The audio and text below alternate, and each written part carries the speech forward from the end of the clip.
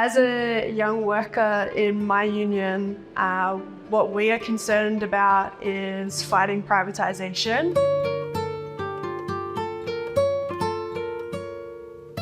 This is not just within my union, but also across all Australian unions. There's been an increased focus on insourcing, so bringing back public health services into public hands, ensuring that quality public services are funded for. This is not just on an individual level, but also unions are talking to governments to ensure that there's agreements in place or frameworks in place to make sure that these decisions to privatise public services are not done without union input. And it's incredibly important as a young worker that we have these systems in place, that we have this capacity in place to fight privatisation, because it's our work, it's our health, it's our future. Without quality public services, young people will have nothing, so we need to fight for them to stay in public hands. Privatised services are when a private company, and normally it's a big, massive company, sometimes it's even foreignly owned, comes in and provides health services or educational services or